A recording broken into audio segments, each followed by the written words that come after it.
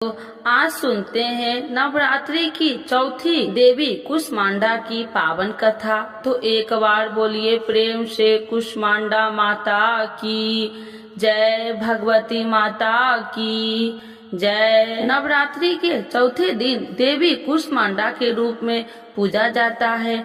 अपनी मंद हल्की हंसी के द्वारा अंड यानी ब्रह्मांड को उत्पन्न करने के कारण इस देवी को कुष्मांडा नाम से अभिहित किया गया है। जब सृष्टि नहीं थी, चारों तरफ अंधकार ही अंधकार था, तब इसी देवी ने अपने इष्ट हस्त से ब्रह्मांड की रचना की थी। इसीलिए इसे सृष्टि की आदि स्वरूपा या आदि शक्ति कहा गया है।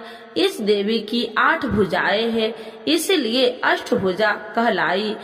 इनके 7 हाथों में क्रमशः कमंडल, धनुष, बाण, कमल, पुष्प, अमृत पूर्ण कलश, चक्र तथा गदा है। 8वें हाथ में सभी सिद्धियों और निधियों को देने वाला जपमाला है। इस देवी का वाहन सिंह है और इन्हें कुम्हरे की बलि प्रिय है। संस्कृत में कुम्हरे को कुष्मांड कहते हैं, इसीलिए इस देवी को कुष्मांडा। इस देवी का वास सूर्य मंडल के भीतर लोक में है। सूर्य लोक में रहने की शक्ति क्षमता केवल इन्हीं में है, इसीलिए इनके शरीर की कांति और प्रभाव सूर्य की भांति ही दैदीप्यमान है। इनके ही तेज से 10 दिशाओं अलौकित है। ब्रह्मांड की सभी वस्तुओं को प्राणियों में इन्हीं का तेज व्याप्त है। अचंचल और पवित्र मन से नवरात्रि के चौथे दिन इस देवी की पूजा आराधना करना चाहिए। इससे भक्तों के रोग और शोक का नाश होता है तथा इसे आयु, यश, बल और आरोग्य प्राप्त होता है। ये देवी अत्यंत सेवा और भक्ति से ही प्रसन्न होकर आशीर्वाद देती है। सच्चे मन से पूजा करने वाले को सुगमता की परम पद प्राप्त होता है। विधि विधान से पूजा करने पर भक्त को कम समय में ही कृपा का सूक्ष्म भाव अनुभव होने लगता है। ये देवी आधियों व्याधियों से मुक्त करती है और उसे सुख, समृद्धि और उन्नति प्रदान करती है। अंततः इस देवी की उपासना से भक्तों को सदैव तत्पर रहना चाहिए। तो एक बार बोलिए प्रेम से कुष्मांडा माता की जय, भगवती माता की जय। नवरात्रि के चौथे दिन करे माँ कुष्मांडा की आरती। चौथा जब नवरात्र हो कुष्मांडा को ध्याते, जिसने रचा ब्रह्मांड यह पूजन उनका। आदि शक्ति कहते जिन्हें अष्टभुजी है रूप। इस शक्ति के तेज से कहीं छाव कहीं धूप। कुम्हरे की बलि करती है तांत्रिक से स्वीकार। पैठे से भी रिझती है स्वास्थ्य की करे विचार। क्रोधित जब हो जाए या उल्टा करे व्यवहार, सबको रखती दूर माँ पीड़ा देती अपार। सूर्य चंद्र की रोशनी यह जग में फैलाए। शरणागत की मैं आई हूँ राह दिखलाए। नवरात्र की माँ कृपा दो माँ, नवरात्र की माँ कृपा दो माँ। कुष्मांडा माता की जय। आइए भक्तों, आज सुनते हैं चैत्र नवरात्रि में श्री दुर्गा नवरात्रि व्रत कथा। 9 दिन जरूर सुने। इस कथा का पाठ सभी 9 देवियों की मिलेगी कृपा और होगी हर मनोकामना पूर्ण। तो एक बार बोलिए प्रेम से दुर्गा महारानी की जय, भगवती माता की जय। श्री बृहस्पति जी बोले, हे ब्रह्मा जी, आप अत्यंत बुद्धिमान सर्वशास्त्र और चारों वेदों को जानने वाले में श्रेष्ठ हो। हे प्रभु, कृपा कर मेरा वचन सुनो। चैत्र, आश्विन, माघ और आषाढ़ मास के शुक्ल पक्ष में नवरात्र का व्रत और उत्सव क्यों किया जाता है? हे भगवान, इस व्रत का फल क्या है? किस प्रकार करना उचित है? और पहले इस व्रत को किसने किया, सो विस्तार से कहो। श्री बृहस्पति जी का ऐसा प्रश्न सुनकर ब्रह्मा जी ने कहने लगे, हे बृहस्पति देव, प्राणियों का हित करने की इच्छा से तुमने बहुत ही अच्छा प्रश्न किया है। जो मनुष्य मनोरथ पूर्ण करने वाली दुर्गा महादेवी, सूर्य और नारायण को ध्यान करते हैं, वे मनुष्य धन है। यह नवरात्र व्रत संपूर्ण कामनाओं को पूर्ण करने वाला है। इसके करने से पुत्र चाहने वाले को पुत्र, धन चाहने वाले को धन, विद्या चाहने वाले को विद्या और सुख चाहने वाले को सुख मिलता है। इस व्रत को करने से रोगी मनुष्य को रोग दूर हो जाता है और कारागार में पड़ा हुआ मनुष्य बंधन से छूट जाता है।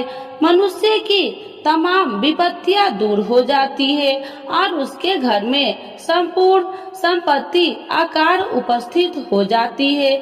बंध्या और काक बंध्या के इस व्रत के करने से पुत्र हो जाता है।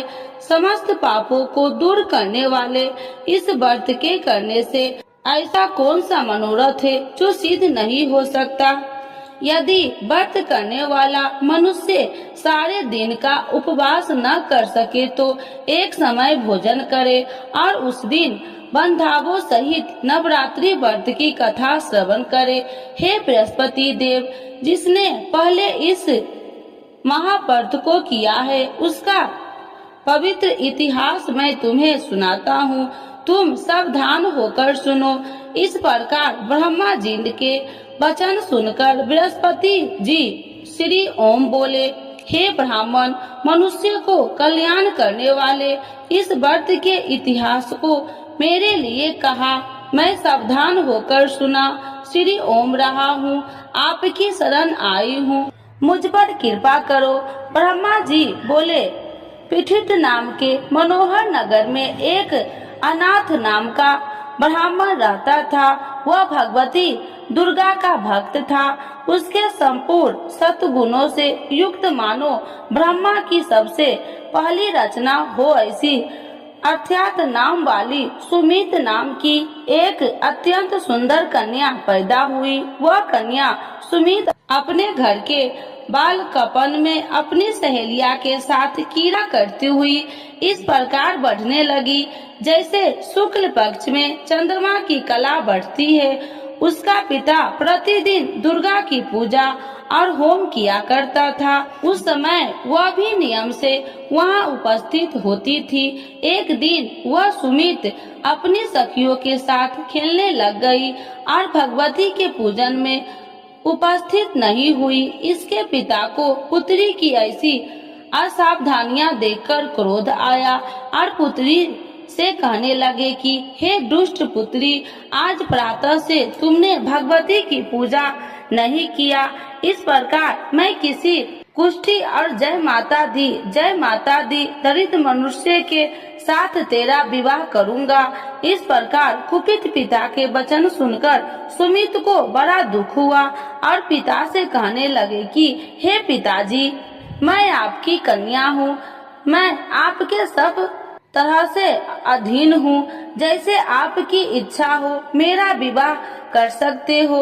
होगा वही जो मेरे भाग्य में लिखा है। मेरा तो इस पर पूर्ण विश्वास है।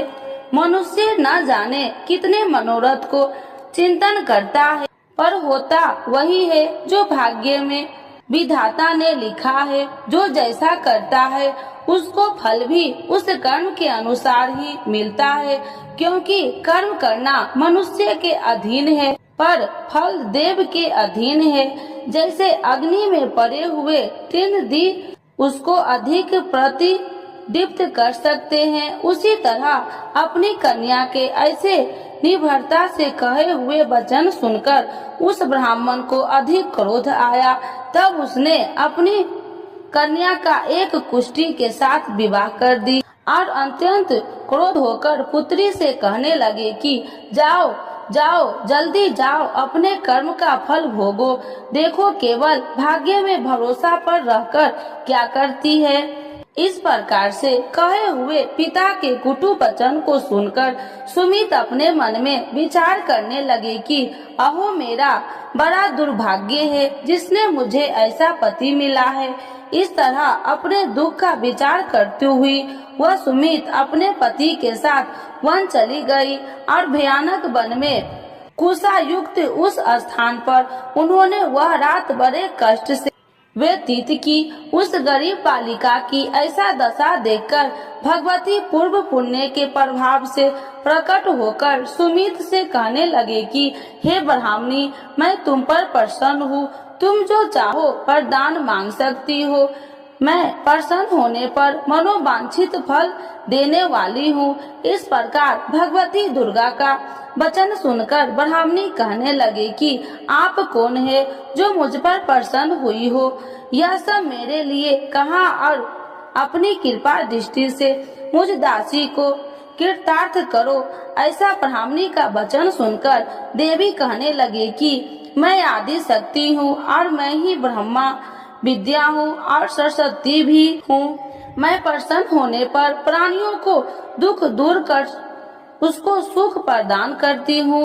हे ब्राह्मणी, मैं तुम पर तेरे पूर्व जन्म के पुण्य के प्रभाव से प्रसन्न हूँ। तुम्हारे पूर्व जन्म का वृत्तांत सुनाती हूँ, सुनो। तुम पूर्व जन्म में निषाद भील की स्त्री थी और अति पतिव्रता थी। एक दिन तेरे पति निषाद ने चोरी की। चोरी करने के कारण तुम दोनों को सिपाहियों ने पकड़ लिया और ले जाकर जेल खाने में कैद कर दिया। उन लोगों ने तेरे को और तेरे पति को भोजन भी नहीं दिया। इस प्रकार नवरात्र के दिनों में तुमने न तो कुछ खाया और न जल ही पिया, इसीलिए 9 दिन तक नवरात्र का व्रत हो गया। हे ब्राह्मणी, उन 9 दिनों में जो व्रत हुआ उस व्रत के प्रभाव से प्रसन्न होकर तुम्हें मनोवांछित वस्तु दे रही हूँ। तुम्हारी जो इच्छा हो सो मांगो। इस प्रकार दुर्गा के कहे वचन सुनकर ब्राह्मणी बोली, अगर आप मुझ पर प्रसन्न है तो हे दुर्गे, आपको प्रणाम करती हूँ। कृपा करके मेरे पति को कोढ़ को दूर करो। देवी कहने लगे कि उन दिनों में जो तुमने व्रत किया था उस व्रत के 1 दिन का पुण्य अपने पति को कोढ़ दूर करने के लिए अर्पण करो। मेरे प्रभाव से तेरा पति कोढ़ी से रहित और सोने का समान शरीर वाला हो जाएगा। ब्रह्मा जी बोले। इस प्रकार देवी का वचन सुनकर वह ब्राह्मणी बहुत प्रसन्न हुई और पति को निरोग करने की इच्छा से ठीक है ऐसी बोली। तब एक उसके पति का शरीर भगवती दुर्गा की कृपा से कुष्ठहीन होकर अति कांति युक्त हो गया, जिसकी कांति के सामने चंद्रमा की कांति भी क्षीण हो जाती है।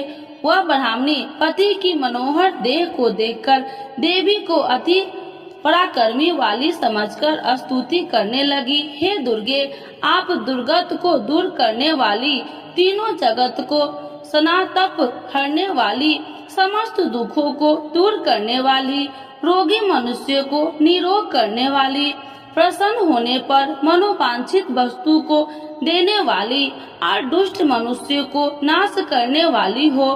तुम ही सारे जगत की माता और पिता हो। हे अम्बे, मुझ अपराध रहित अबला की मेरे पिता ने कुष्ठ के साथ विवाह कर मुझे घर से निकाल दिया। उसकी निकाली हुई मैं पृथ्वी पर घूमने लगी। आपने ही मेरा इस आपत्ति रूपी समुद्र से उद्धार किया है। हे देवी, आपको प्रणाम करती हूँ, मुझ दिन की रक्षा करो। ब्रह्मा जी बोले कि हे बृहस्पति, इसी प्रकार उस सुमित ने मन से देवी की बहुत स्तुति की। उससे की हुई स्तुति सुनकर देवी को बहुत संतोष हुआ और ब्राह्मणी से कहने लगी कि हे ब्राह्मणी, तुम्हारे उद्याल नाम का एक अति बुद्धिमान, धनवान, कार्तिवान और जितेंद्रिय पुत्र शीघ्र ही होगा। ऐसा कहकर वह देवी उस ब्राह्मणी से फिर कहने लगी कि हे ब्राह्मणी, और जो कुछ तेरी इच्छा हो वही मनोवांछित वस्तु तुम मांग सकती हो। ऐसा भगवती दुर्गा का वचन सुनकर सुमित बोली कि हे भगवती दुर्गे, अगर आप मेरे पर प्रसन्न है तो कृपा कर मुझे नवरात्रि विधि बताइए। हे दयावती, जिस विधि से नवरात्र व्रत करने से आप प्रसन्न होते हैं, उस विधि और उसके फल को मेरे लिए विस्तार से वर्णन करें। उस प्रकार ब्राह्मणी के वचन सुनकर दुर्गा कहने लगी कि हे ब्राह्मणी, मैं तुम्हारे लिए संपूर्ण पापों को दूर करने वाली नवरात्र व्रत विधि को बतलाती हूँ, जिसको सुनने से तमाम पापों से छुटकारा, मोक्ष की प्राप्ति हो जाती है। आश्विन मास के शुक्ल पक्ष की प्रतिपदा से लेकर 9 दिन तक विधि पूर्वक व्रत करे। यदि दिन भर का व्रत न कर सके तो एक समय का भोजन करे। पढ़े लिखे ब्राह्मणों से पूछकर घट स्थापना करे और वाटिका बनाकर उसको प्रतिदिन जल से सींचे। महाकाली, महालक्ष्मी और महासरस्वती की मूर्तियां बनाकर उसकी नित्य विधि सहित पूजा करे और पुरुषों से विधि पूर्वक अर्घ्य दे। बिजोड़ा के फूल से अर्घ्य देने से रूप की प्राप्ति होती है। जय फल से कीर्ति, दाख से कार्य की सिद्धि होती है। आंवले से सुख और केले के भूषण की प्राप्ति होती है।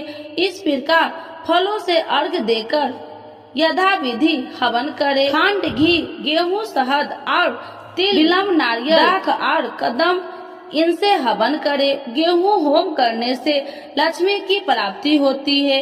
खीर व चंपा के पुष्प से धन और रत्नों से तेज और सुख की प्राप्ति होती है। आंवलों से कीर्ति और केले से पुत्र हो। कमल से राज, सम्मान और दुखों से सुख संपत्ति की प्राप्ति होती है। व्रत करने वाला मनुष्य इस विधान से होम कर आचार्य को अत्यंत नम्रता के साथ प्रणाम करे और यज्ञ की सिद्धि के लिए उसे दक्षिणा दे। इस महाव्रत को पहले बताई हुई विधि के अनुसार जो कोई करता है उसके सब मनोरथ सिद्ध हो जाते हैं। इसमें तनिक भी संशय नहीं है। इन 9 दिनों में जो कुछ दान आदि किया जाता है उसका करोड़ों गुना फल मिलता है। इस नवरात्रि के व्रत से अश्वमेध यज्ञ का फल मिलता है। हे ब्राह्मणी, इस संपूर्ण कामनाओं को पूर्ण करने वाले उत्तम व्रत को तीर्थ, मंदिर अथवा घर में ही विधि के अनुसार करे। ब्रह्मा जी बोले कि हे बृहस्पति देव, इस प्रकार ब्राह्मणी को व्रत की विधि और फल बताकर देवी अंतर ध्यान हो गई। जो मनुष्य या स्त्री इस व्रत को भक्ति पूर्वक करता है वह इस लोक में सुख पाकर अंत में दुर्लभ मोक्ष को प्राप्त होता है। हे बृहस्पति देव, यह दुर्लभ व्रत का महात्म्य मैं तुम्हारे लिए बतलाया है। ऐसा ब्रह्मा जी के वचन सुनकर बृहस्पति देव जी आनंद के कारण रोमांचित हो गए और ब्रह्मा जी से कहने लगे, हे ब्रह्मा जी, आपने मुझ पर अति कृपा की जो अमृत के समान इस नवरात्रि व्रत का महात्म्य सुनाया है। हे प्रभु, आपके बिना और कोई इस महात्म्य को सुन सकता है। ऐसा बृहस्पति जी के वचन सुनकर ब्रह्मा जी बोले कि हे बृहस्पति देव, तुमने सब प्राणियों का हित करने वाले इस व्रत अलौकिक व्रत को पूछा है, इसीलिए तुम धन्य हो। यह भगवती शक्ति संपूर्ण लोकों को पालन करने वाली है। इस महादेवी के प्रभाव को कौन नहीं जान सकता है। तो एक बार बोलिए प्रेम से दुर्गा महारानी की जय, नव दुर्गा माता की जय, भगवती माता की जय।